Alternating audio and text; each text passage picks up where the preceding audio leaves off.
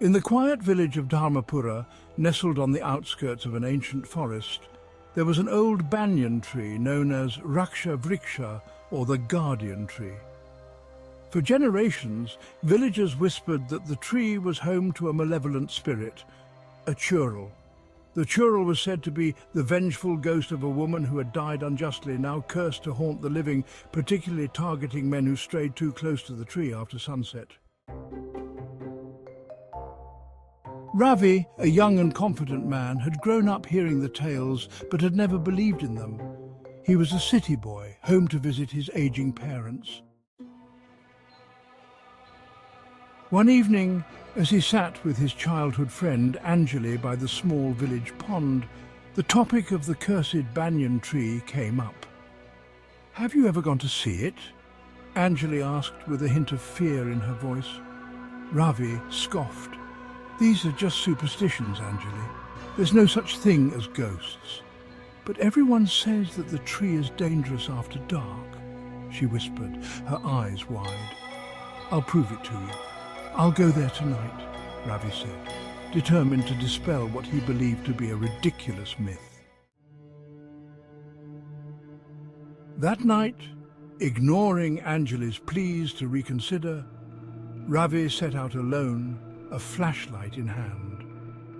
The village was eerily silent as he walked toward the forest.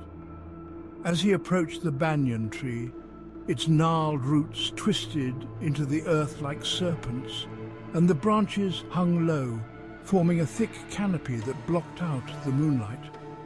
Standing in front of the tree, Ravi shone his flashlight up into the dark leaves, his breath visible in the sudden cold.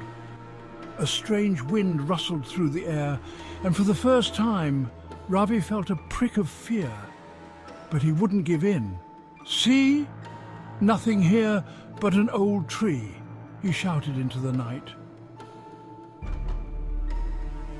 Suddenly the flashlight flickered and went out.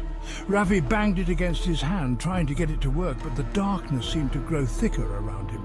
He heard something, a soft scraping sound like nails against bark.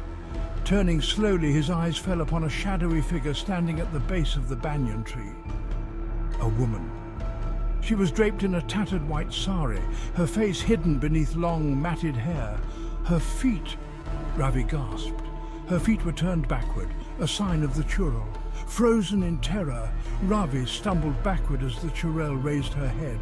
Her eyes were empty, hollow, but filled with rage. A cold, blood-curdling scream pierced the air, echoing through the forest. Ravi turned to run, but his legs felt heavy, as if the earth itself was pulling him down. The roots of the banyan tree seemed to twist around his ankles, dragging him back toward the cursed tree. He fought desperately, but the more he struggled, the tighter they held him. As the churel slowly advanced, her bony fingers reaching for him, Ravi's mind raced. He remembered his grandmother's stories of the churel and how she could be appeased. Trembling, he whispered a prayer for forgiveness, his voice barely audible over the wind, but it was too late. The last thing Ravi saw before the world faded to black was the churel's cold, dead eyes staring into his soul as her hand closed around his throat. The next morning, when Anjali and the villagers went searching for him, they found nothing but his flashlight lying at the foot of the banyan tree. Ravi was never seen again. The villagers knew what had happened. The curse of the churel had claimed another victim. In Dharmapura, the legend of the Raksha Vriksha lived on, and no one dared go near the banyan tree after dark for fear that the churel would come for them next. Make the background music horror.